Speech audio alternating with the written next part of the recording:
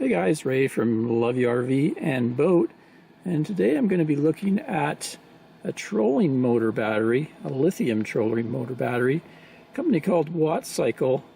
Not too long ago I had a look at their 280 amp hour model just to kind of do a review. It's on some of the more bargain priced lithium batteries out there, and I'm still reviewing that. It's living in my truck toolbox power station right now, and it's gonna go on to my boat and run my anchor winch, so there'll be future videos about that one. But they asked me if I'd like to review anything else in their line. I kind of went through it, and most of them are stuff that I've already kind of looked at, except I've never actually looked at one that was specifically designed for trolling motors. And this one also had some pretty good features.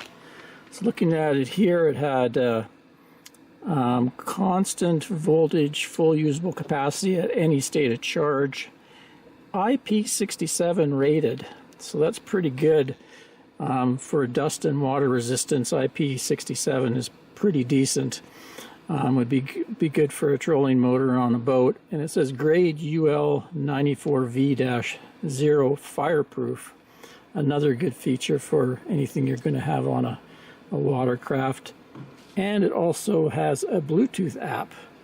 Quite a bit of features packed in given its price.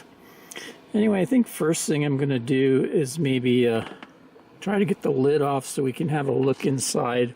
They're supposed to use pretty decent quality lithium cells in there, so I'd like to have a look in it myself and maybe see what the battery management system looks like in the cabling they're using.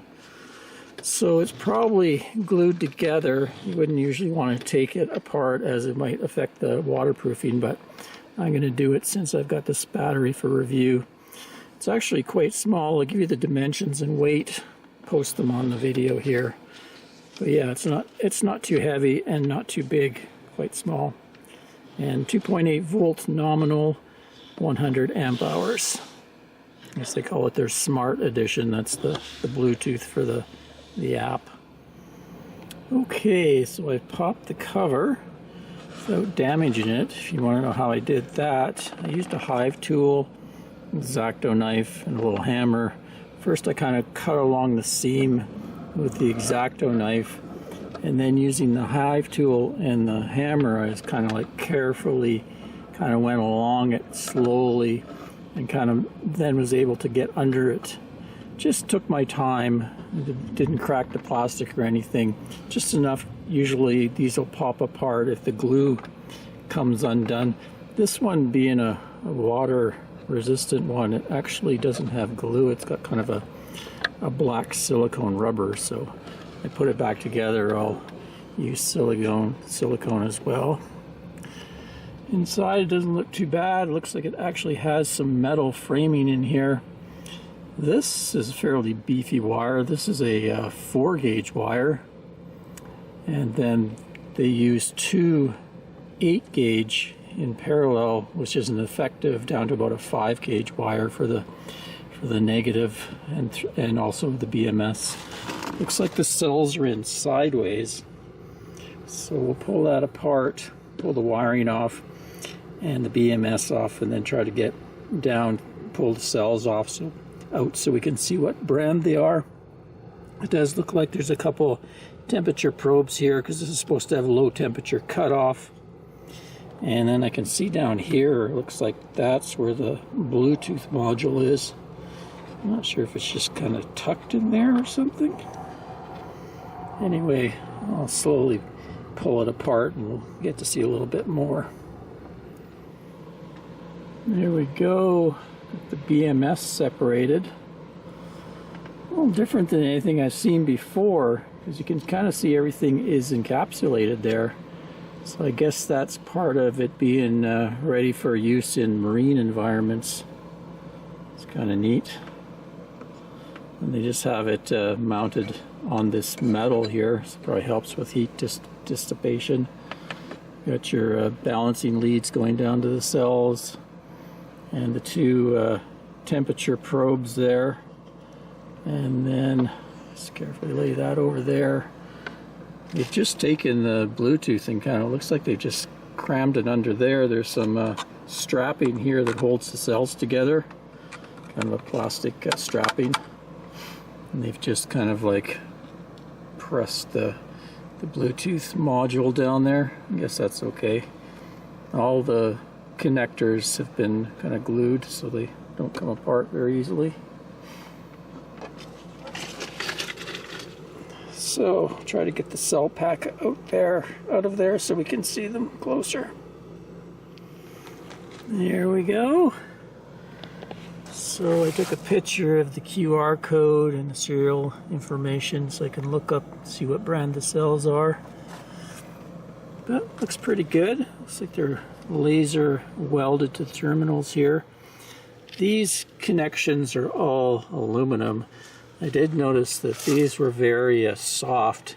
Even when I was undoing the nut that was in there, it kind of even was bending that pretty easily, so I noticed it's pretty easy to bend them.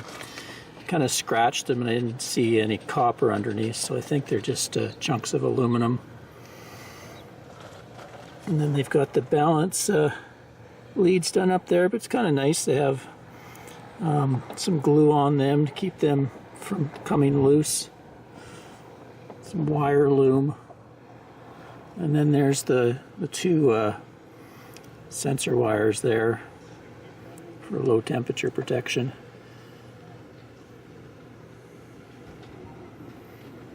So overall, doesn't look too bad given the bargain price on these. We'll put her back together and maybe do some tests on them for you. And then we'll also check out the app. One thing I noticed was all the nuts and bolts had this red nail polish on there. I was wondering if that is so they can see if anything has come loose. Kind of marks where it's done up with the proper torque.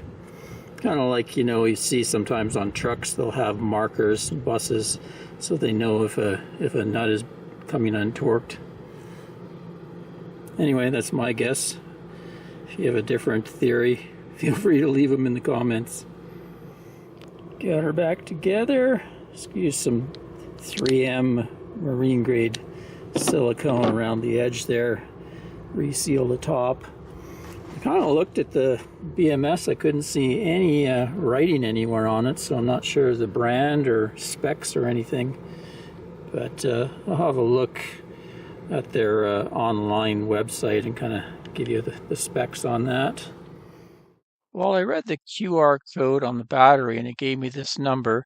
So I plugged that into several online coders and they all kind of spit back this where it said code seems right, code length is right, manufacturer don't know yet, product type battery cell lithium, nominal capacity don't know yet, nominal voltage 3.2 volts. Then it showed a production date of March 2021 and then didn't give a manufacturer website, so didn't get a whole lot of information back.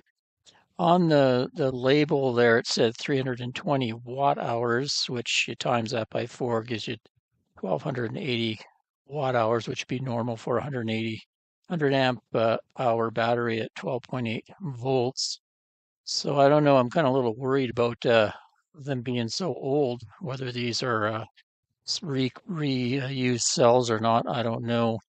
Or maybe these code readers aren't doing the right job. So if anybody else has any different information on it, please post it in the comments. Okay, so while I'm charging it up, let's go through some of the specs on the website here. Here we go. Ideal for fishing boats, electric kayaks, leisure boats, and more. Also perfect for RV vans, camping, and other scenarios. Says it's a Group 24 footprint, low temperature cutoff, trolling motor. Says born for trolling motors, designed for 30 to 70 pounds trolling motors. This lithium battery is ideal for trolling motors with a thrust of 30 to 70 pounds, also perfect for RVs, campers, etc. Low temperature cutoff, equipped with premium BMS. The battery automatically cuts off charging below 0 C 32 Fahrenheit and resumes charging above 5C and 41. Enhanced waterproof and dustproof, that's the IP67. Protection, vibration, resistance, built with sturdy and vibration resistant design. So yeah, it does have a little bit extra metal in there, and the cells are tied together, so it's built quite well that way. Upgraded BMS, 120 amp BMS. So maybe the regular ones only have, say, 100 or something. Premium automotive grade A+ cells. Delivers over 5,000 cycles at 100% depth of discharge. Perfect drop-in replacement, group 24 size, max continuous, 120 amp current. Enjoy a more stable marine experience, allowing for better control of your trolling motors. Flexible charging options, choose from 3 charging methods, battery charger, solar panel, generator. Full charge, approximately 5 hours at recommended charging current. Expandable, supports 4 series, 4 parallel configuration. Winter fishing worry-free, operates reliably with discharging temperature down to minus 20°C, minus 4 Fahrenheit. Extended warranty, 5-year, which can be extended, was set to 7 years with registration. So not too bad. Specs for a 100 amp hour battery. Let's see if I can put some of them to the test. And the price isn't bad. Looks like the normal price is $359. On sale $209. And then it has the app, which we found out doesn't look like this. I couldn't make this one work, but the other one is good enough. EV grade A cells. So I'll have a look at that QR code and see if I can find anything on it. As far as the dimensions, 10.2 inches by 6.6 inches by 8.2 inches, and 23.15 pounds.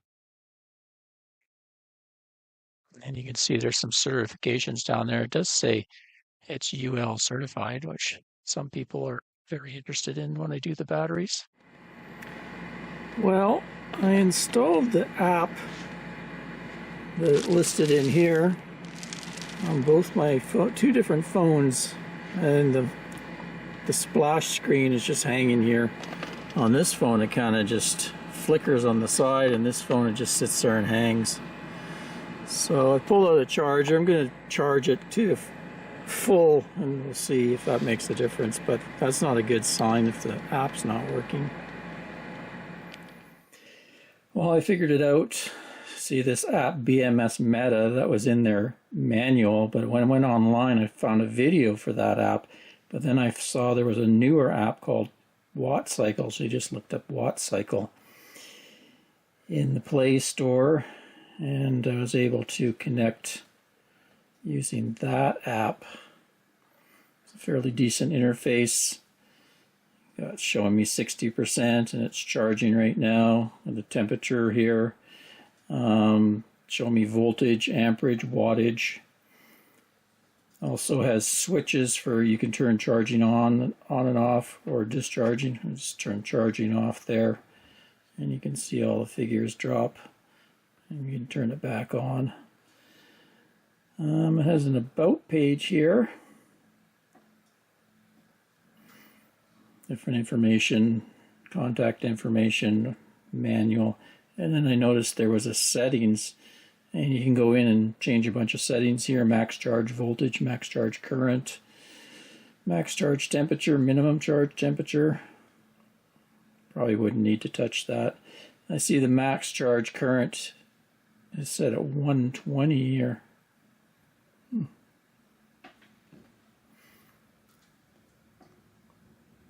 Back to that. So, fairly basic app, but it's nice to have an app. Seems to work okay on my Android phone. Next, I'm going to do a low temperature test. So I've had the battery in my deep freeze overnight. Right now it's showing about 0.6 Fahrenheit, negative 18 Celsius. So it still should be able to discharge, but it shouldn't be able to charge at that temperature. So I got a charger and an inverter. We'll hook it up, see if it can discharge.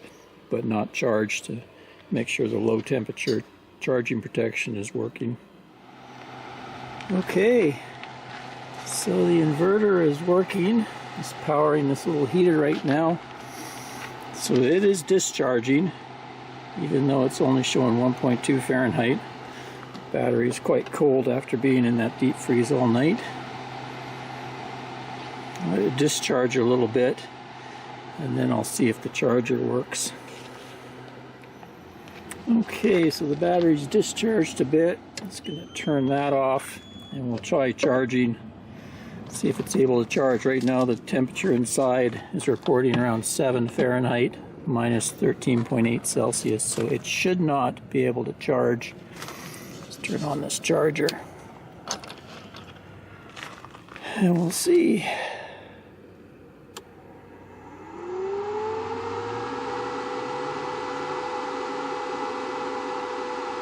Oh, you can see it worked there. Charging turned off.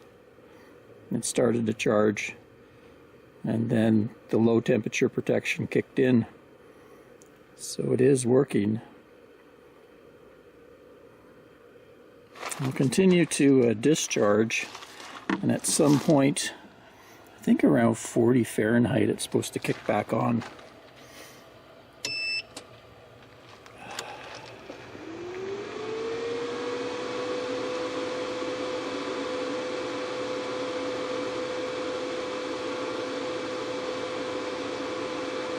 Shouldn't be charging.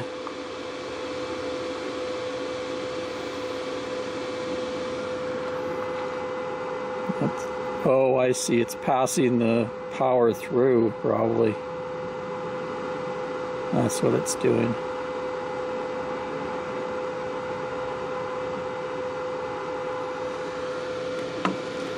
Let's try turning this off.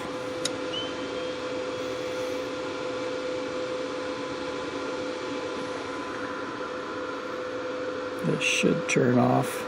Yeah. Okay, so I guess it was just passing the power through, but not charging the batteries inside. Anyway, maybe I'll just let this sit and come to temperature.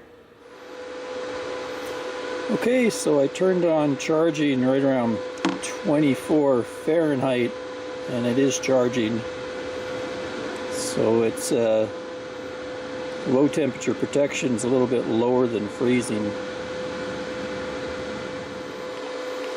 So yeah, according to this, it's at 27 Fahrenheit and it's charging. According to the book, instruction book here, it says low temperature protection 32,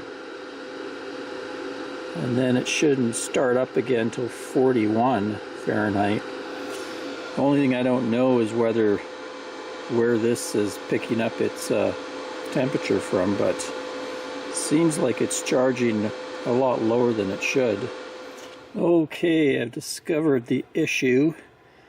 I went into the settings here. So I went to About, Settings, and this low temperature charging was set to 23 Fahrenheit.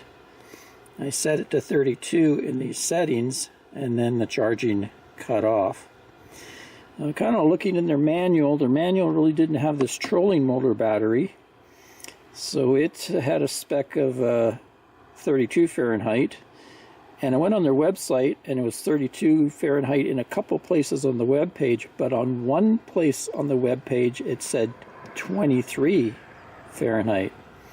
So I don't know what's going on there. There seems to be some inconsistency, but it is nice that you can go into settings here and set your parameters that you would like, and then you notice that now we're not charging anymore. So we're showing 30.6 Fahrenheit and the charging's turned off. I didn't change anything. My charger's still putting out voltage, so we'll wait and see if it clicks back on once we get past 32 Fahrenheit. Okay, 33.1 Fahrenheit, and the charger turned on. So now it's acting as it should. I'm not sure why they have this set so low. Maybe they figure the cells can handle it. But anyway, it's good to know that the low temperature protection is working, and you can go in there and customize your settings. So I'm going to let that recharge to 100%, and then we'll try a discharge test based on what a trolling motor would draw. I was looking online, and say a 50-pound thrust trolling motor would draw about 50 amps. So I'll set it up once we get to 100% and try to dial in an amperage pretty close to that, and then just let her run and see how long it'll power a 50-pound thrust trolling motor, roughly. Okay, so it's reporting 100% charge, and it actually is turned charging off. But my charger here, it's a lithium charger, it's acting kind of strange. It keeps trying to charge, but the battery itself is turned off charging, so it's just cycling like that. I've never seen that happen with any other lithium battery. Usually what happens is this thing eventually turns off, but it just must be the way this BMS protections are set up. I'm not going to change anything in it, but I just thought I'd note that it's acting a little different than many other lithium batteries I've tested with this particular charger. So now we're going to turn off charging, and I've set up an inverter here and a heater, and I can set this at a very low wattage, and it'll draw around 46 amps or so, which would be comparable to a trolling motor that's maybe 40-50 pounds of thrust. So we'll just see how long this battery will last powering that type of amperage. I'm guessing probably should get about 2 hours out of the battery, but we'll do a test for you. Okay, level 1 there. Let's see how much we're drawing. The 600 watt level on the heater. 600 watts, around 46 amps.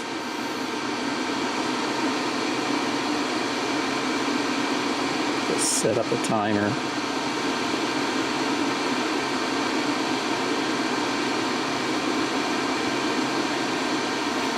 Okay, I'll come back when the battery's exhausted and let you know how long it lasted. So it just went past 20%. Voltage has dropped a bit, down to 12.4. Current has gone up a little bit, 48. Let's just check the time we're at. Pretty close to an hour and 45 minutes.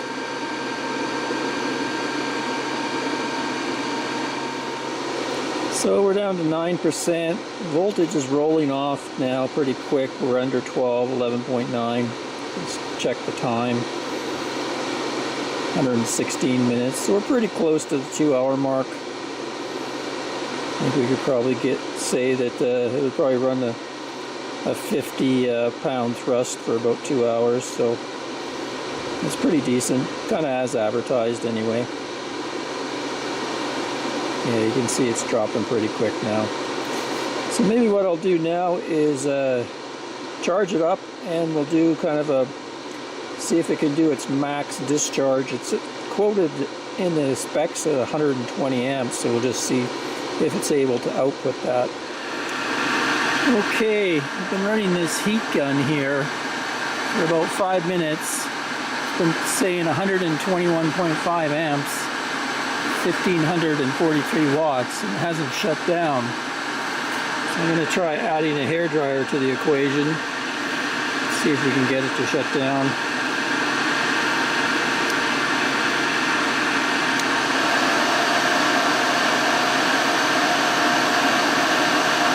It's 188 amps.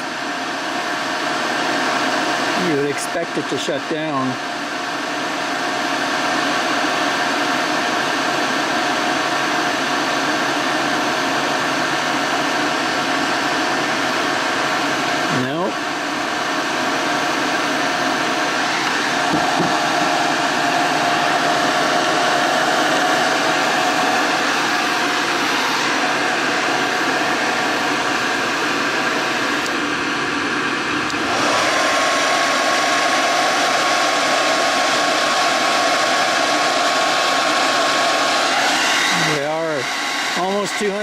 amps and it's not shutting down.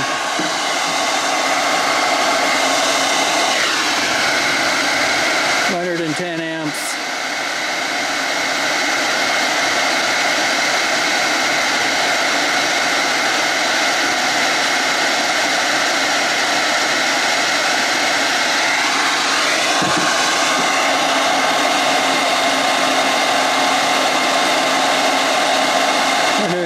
Amps. Finally, it did shut down.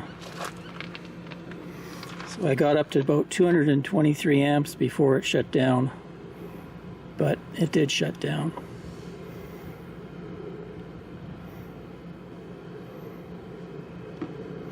Must have a pretty good time delay on it shut down. Okay, let's let it sit a minute. We'll try turning the discharge back on. There we go. Just be able to turn the inverter back on.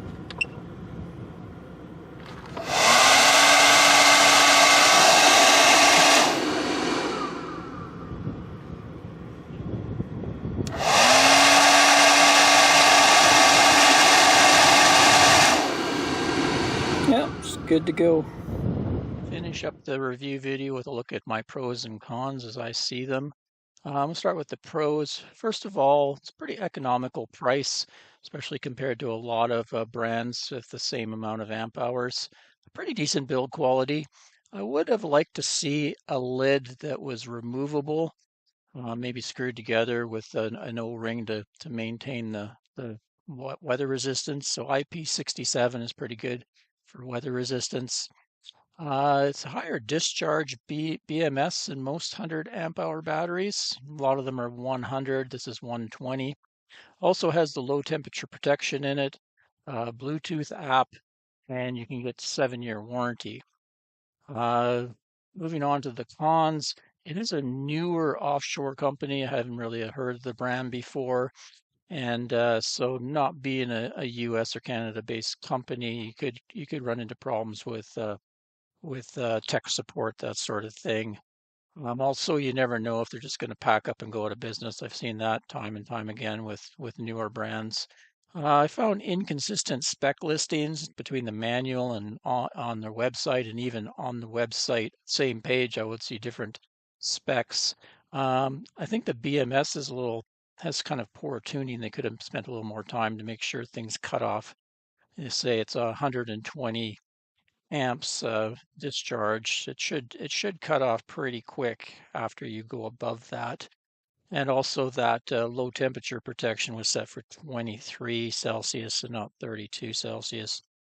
Also, when I tried to look up the cells, they came back as 2021. Now that could just be the online decoders aren't working well. I don't know, but I couldn't find any other information on the cells about them. So we'll just have to, maybe they're older or maybe they're not. Anyway, till next time, Ray from Love You RV and Boat. Cheers, guys.